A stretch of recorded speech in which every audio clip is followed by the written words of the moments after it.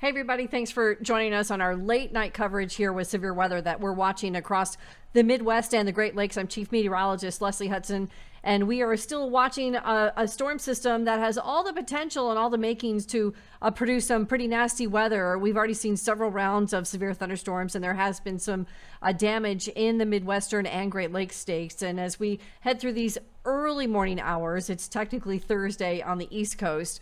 We still have a little bit of time in the Midwestern states, but we want to let you know that the weather is still holding together. And as we have been talking about all day today, this is going to be an overnight event. So a lot of folks have already gone to bed. Some folks are still staying awake, and some folks are probably getting up early to see what happens. So we want to try and lay this out for you here over the next couple of minutes. So we're going to take a look at the MyRadar app, and there have been some power outages already from this particular storm event. So as you take a look at the app, the counties there are color coded in terms of the severity of the power outages. So the ones that are coded in blue are less severe. The ones that are coded in yellow, a little bit more severe. And then this particular one, there's only one particularly in this vantage point I'm showing, is the most severe at this point, power outages. That's in Lincoln County, where about 8,600 people are currently without power out of 13,700 or so that are tracked. So we do expect to see more power outages as we head into tonight.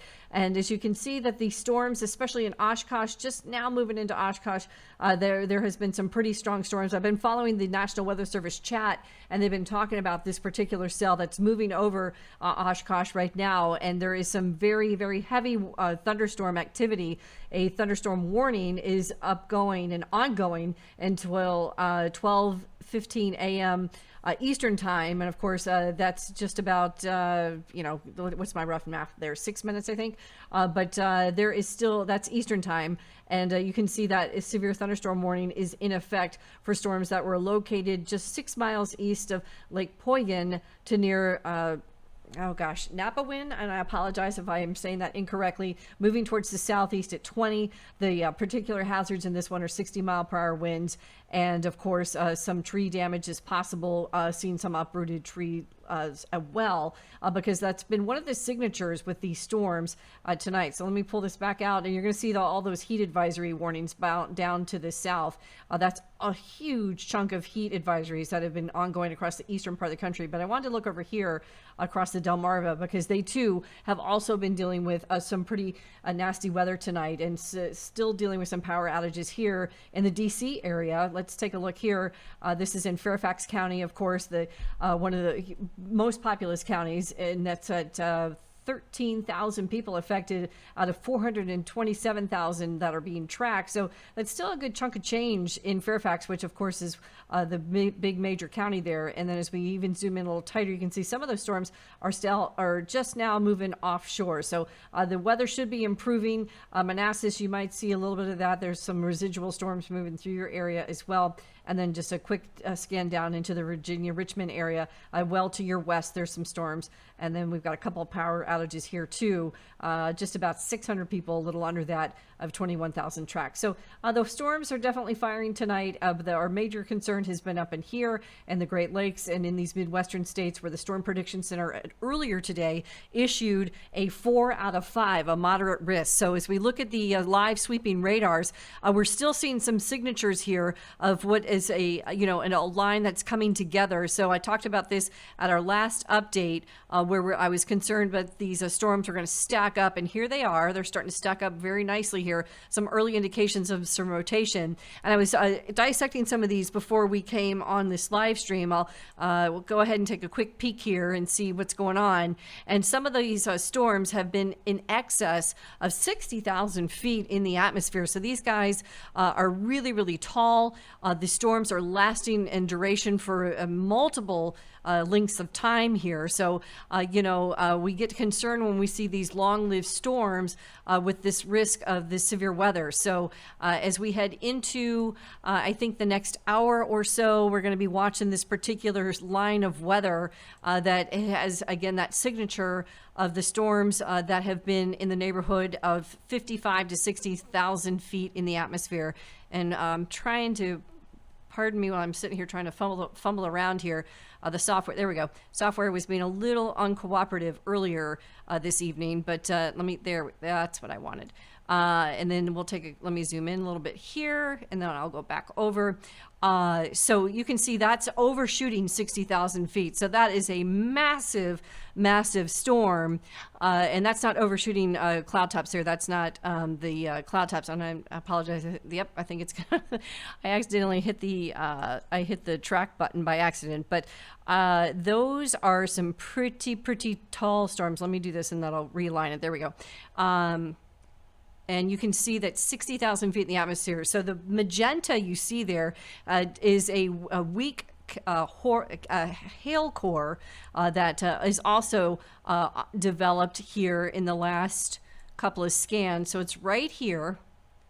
About 20, that's not even 20, that's about 12,000, 13,000 feet up. But then look at the cloud tops up in here, 50, 60,000 feet. So this is a pretty nasty storm that's capable of producing some hail. And there probably is some hail reaching the ground here.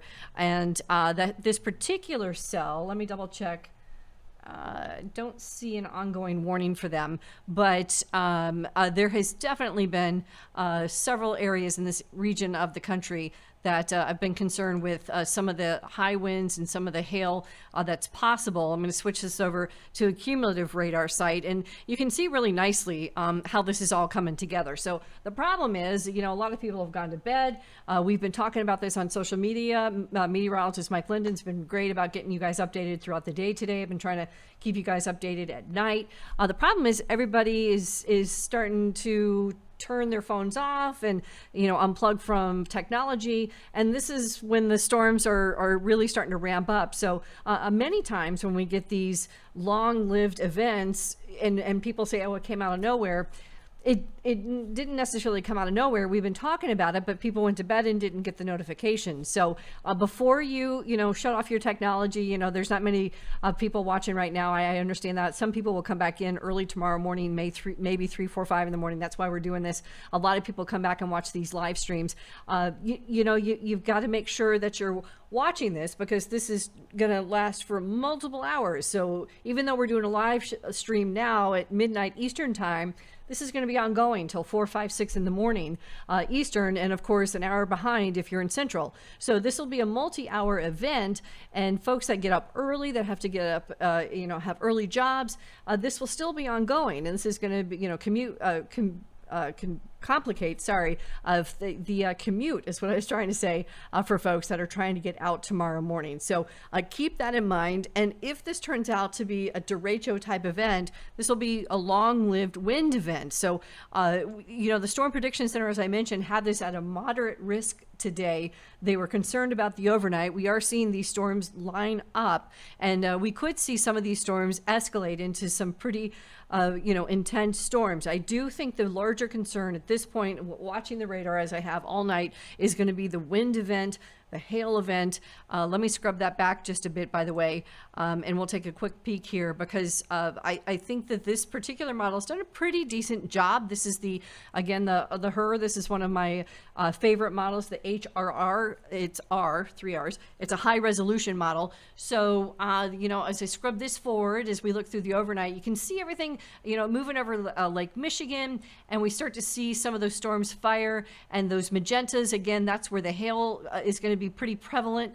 Stays to the east at this point, it looks like, of Chicago. Can't rule this out. This is model guidance, by the way. That's futurecast. This is not set in stone. But Detroit, I do think that you're going to get pretty close to seeing some of these nasty storms, and for sure parts of Indiana over into Ohio. I do think some of these storms will hold together early tomorrow morning for folks in Ohio, and then it's going to start to kind of fan to the east and to the west. We're going to see a flanking there. You see the one cluster of storms that deflects to the west, just south of Cincinnati. You see that one headed towards St. Louis. And then there's another line that moves right over, Philadelphia, New York City, Hartford tomorrow, and into early Friday. So there's going to be like this split of energy, and I think both of these have the potential of producing some pretty nasty weather. And then as we head into early Friday, look at that, Maine and New England states getting in the action as we head through the early part of Friday. So a complex weather system that has plenty of energy to work with. And I will say, earlier this evening, the Storm Prediction Center issued a particularly dangerous situation for this area that's under that enhanced risk, and they don't issue those lightly. I was talking about that with Matt Hyland, who's our production coordinator. A lot of folks were asking, what does that mean? That's a situation where the Storm Prediction Center is giving the highest alert that they can to folks that the risk is there for severe storms and intense storms. And what's frustrating about forecasting this type of weather is all the ingredients can be there. It's just like when you've made a cake. You've got every piece of that chocolate cake there in your bowl to make this beautiful souffle or this beautiful cake, and you put it in the oven, you do all the right things, and it still doesn't come together. That's sometimes how the weather works. All the ingredients are there, everything's checking off the list, and sometimes the storms fire and sometimes they don't. Every ingredient is in place. And I'm not saying that we're not going to see that risk. So far, we have not seen, thankfully, a lot of tornadic storms. And, that's a good thing. But, I want to caution folks when they get on social media tomorrow and they're, Monday morning quarterbacking the National Weather Offices and saying, why did we sound the alarms?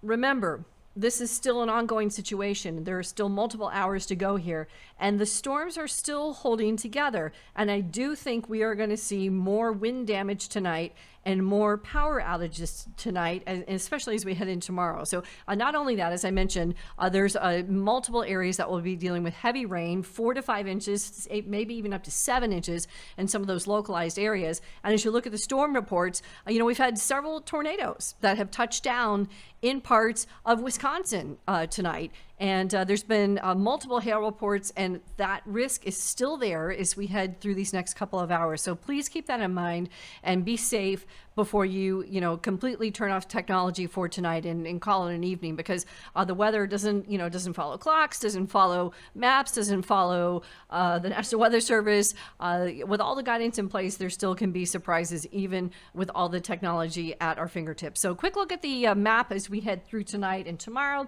There is a frontal boundary that we're also monitoring across the eastern and southern part of the states that will likely produce some storms as we head into Thursday and into Friday. But in the meantime, keeping a close eye on what's going on with the weather across these Midwestern and Great Lakes states. But I do think that this is starting to look pretty organized. I do see some increased activity since we've even started this live stream. So please be aware. I do think this could be a wind event as we head through tonight, and we'll see if the Storm Prediction Center expands their concerns east and south tonight. So far, they have not, but we'll keep an eye on that for you as well. So stay safe, you guys, and that'll do it for this late night update here in the Orlando office of MyRadar.